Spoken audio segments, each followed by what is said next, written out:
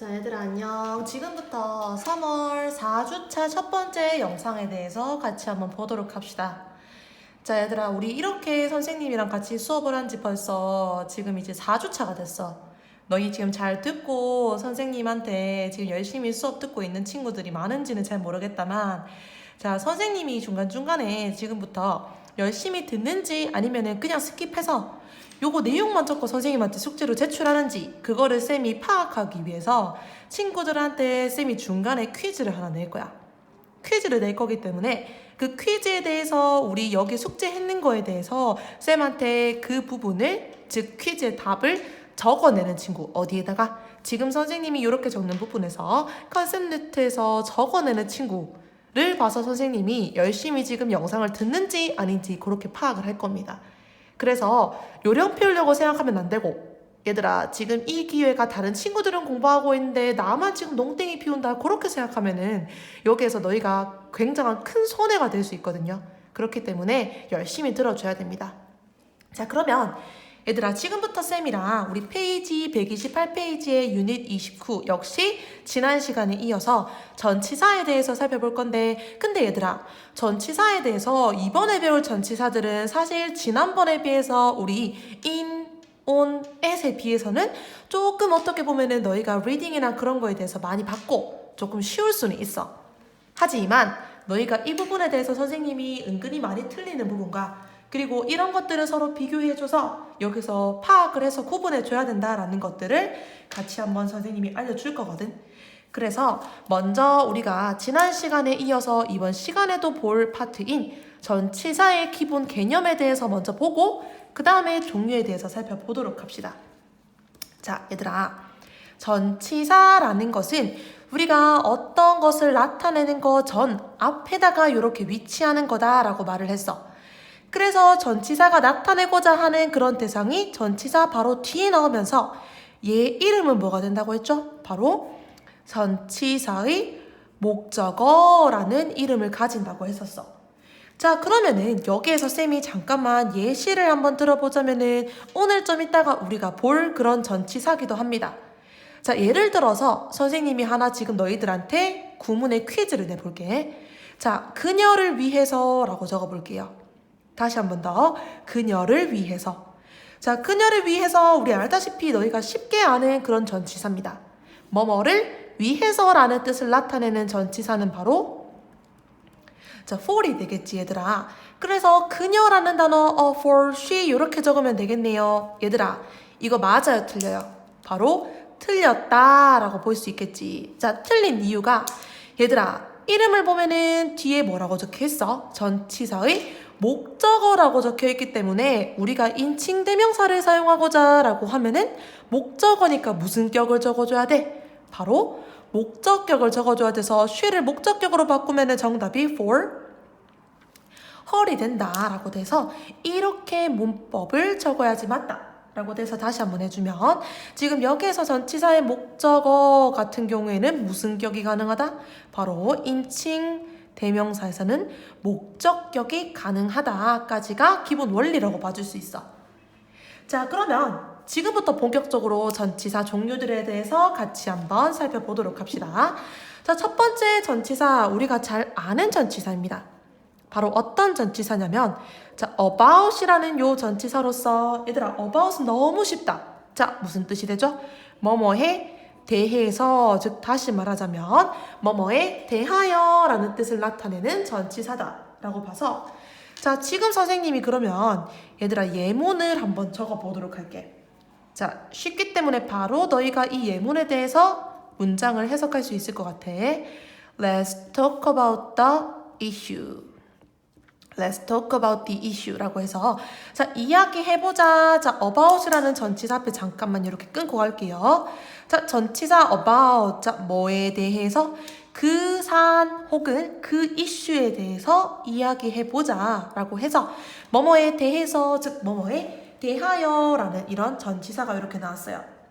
자, 그래서 이 부분에 대해서는 뒤에 전치사의 목적어가 이렇게 나와서 해석하는 게 굉장히 쉬운데 얘들아 그러면 쌤이 하나만 문장을 좀 더 적어보도록 할게요. Mary is about 170cm tall. 자, 이 문장 보도록 하자.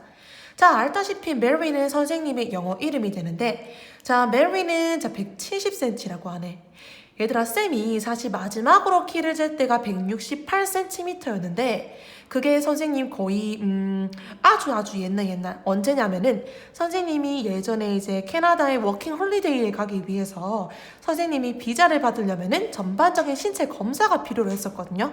그때 선생님이 제 봤을 때 마지막으로 168 정도로 나왔었어. 근데 그게 엄청 옛날이고 선생님이 168이라는 그 키가 나오기 전까지만 해도 계속해서 키를 재보니까 166이었다가 167이었다가 마지막으로 168이고 사실 쌤이 지금은 안 재본 지 너무 오래돼서 사실 더 컸을 수도 있는데 선생님은 168까지가 딱 적당하게 좋아서 늘 168이라고 우기고 다니거든. 근데 선생님이 아직 정확한 키를 모르니까 선생님이 이렇게 나타내요. 자, 이거는 바로 선생님이 리딩할 때 친구들이랑 많이 봤던 부분으로서 170이라는 이런 숫자가 이렇게 나오게 될 때는 요때 about은 지금 여기 위에서 사용했던 그런 뜻을 나타내는 게 아니다라고 했었어. 자, 요때 about은 얘들아 바로 무슨 뜻이죠? 바로 뒤에 숫자가 나타나게 될 때는 약 혹은 대략이라는 뜻을 나타내는 얘들아 이때는 품사가 전치사가 아닌 부사가 되게 됩니다. 자, 이렇게 돼서 해석해 볼게요. 메리는 약 170cm다 라고 돼서 자, 혹시 이것도 기억나는 친구들? 자, 우리가 뒤에 숫자가 나와서 약 대략이라고 나타낼 때 역시 조금 이따가 배울 그런 전치사의 포인트도 되거든요. 바로 뭐다? around로도 바꿨을 수 있다. 요때 around도 얘들아 우리 무슨 뜻이 되는 거야? 바로 부사의 약 대략이라는 뜻이 되면서 얘도 품사가 부사가 되게 된다라고 봐줄 수 있습니다. 자, 이렇게 돼서 이거는 우리가 리딩 때 많이 했던 부분이라서 비교적 수월하게 넘어가면 되고 자, 그러면 두 번째 같이 한번 보도록 할게. 자, 지금부터 두 번째 전치사 역시 많이 봤던 전치사입니다. 자, by라는 뜻을 나타내는 전치사로서 자, by 같은 경우에는 쌤이 첫 번째 뜻을 나타내는 전치사의 해석 바로 예문을 한번 가보도록 할게. 자, 친구 한 명 누구를 적어볼까? 쌤이 지금부터 지원이를 한번 적어볼게. 생각나는 친구가 지금 지원이네.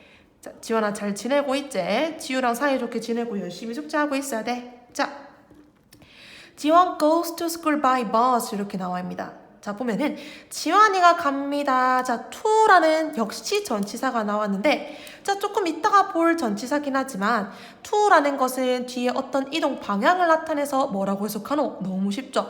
어디로라고 해서 지원이는 학교로 갑니다. 자, 중요한 포인트는 지금 여기서 우리가 보는 전치사 by 뒤에 얘들아 뭐가 나와 있죠? 바로 어떤 교통수단이 나와 있어서 버스를 타고 라고 나타내는 거죠. 자, 첫 번째 by의 뜻은 뭐뭐를 타고 라고 해서 뒤에 뭐가 나오는 거야? 바로 어떤 교통수단 따위가 나오게 된다 라고 됩니다. 자, 이렇게 돼서 우리가 중요한 포인트는 자, 선생님이랑 우리 관사 배운 친구들은 혹시 기억납니까? 얘들아, 우리 by 플러스 교통수단이 나올 때는 우리 그 버스, 선생님 저는 예를 들어서 뭐 518이라는 그 버스를 타기 때문에 여기에다가 그라는 정관사 더를 집어넣어 줄래요. 얘들아, 우리 by라는 전치사를 사용할 때는 교통수단이 이렇게 나올 시에는 더라는 관사를 사용할 수가 없다라고 해서 더를 사용하지 않는 경우라는 부분에서 우리가 배웠었어. 그래서 이 부분도 바로 복습해 주도록 하고요.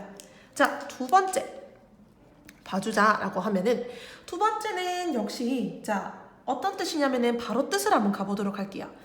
뭐뭐를 통해 라는 뜻을 나타내는 그런 전치사로서 자, 뭐뭐를 통해 라는 즉 수단이나 혹은 어떤 방법을 나타내는 그런 해석을 지닌다. 바로 예시로 가서 같이 한번 해석해 보도록 할게요.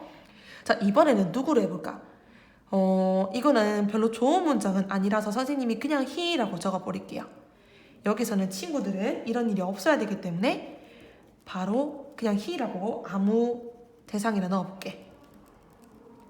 자, 이 문장 한번 보도록 하니까 자, 그는 got well 나았다. 지금 시기에 우리 아프면 절대 안 되죠. 그렇기 때문에 이거는 선생님이 누구를 짚어서 말하지 절대 안 할 거야. 우리 친구들은 절대 이 친구들 아니에요. 자, 그는 낫게 되었다. 자, by the medicine. 그 약을 통해서, 즉 그 약을 먹고 나서 나았다라는 뜻으로서 뒤에 어떤 수단을 통해서 이 남자아이가 낫게 되었는지 뒤에 수단이 나와서 뭐뭐를 통해라고 쓸 수 있다라고 돼요. 자, 우리 책에서는 이렇게 나와 있는데 선생님이 지금 plus라고 이렇게 나타낼 거야. 자, 바로 세 번째 어떤 거냐면은 예를 들어보도록 할게요. 어떤 예시를 들을 거냐면은 자, I was taught by the teacher. 자, 요 예문 보도록 할게. 자, 얘들아, 우리 taught는 뭐의 PP형이다? 바로 teach라는 동사의 PP 형태로서 얘들아, 우리 이거 무슨 태죠? was 비동사. 그 다음에 taught 방금 말했던 것처럼 teach라는 동사의 PP 형태 be PP 얘들아 무슨 태입니까? 바로 수동태가 나와서 선생님이 이것도 리딩할 때 많이 말해줬는데요. 우리 수동태가 나올 시에는 by라는 이 전치사가 사용되면은 이때는 얘들아 무슨 뜻이 된다고 했어? 바로 뭐뭐에 의해라는 뜻으로서 뒤에 누구의 어떤 대상이 나와요. 어떤 대상에 의해라는 대상의 주체가 나오게 된다라고 돼서 나는 가르침을 당했다. 즉 다시 말해서 뭐라고 해석하면 될까? 나는 배웠다. 누구에 의해서? 그 선생님에 의해서.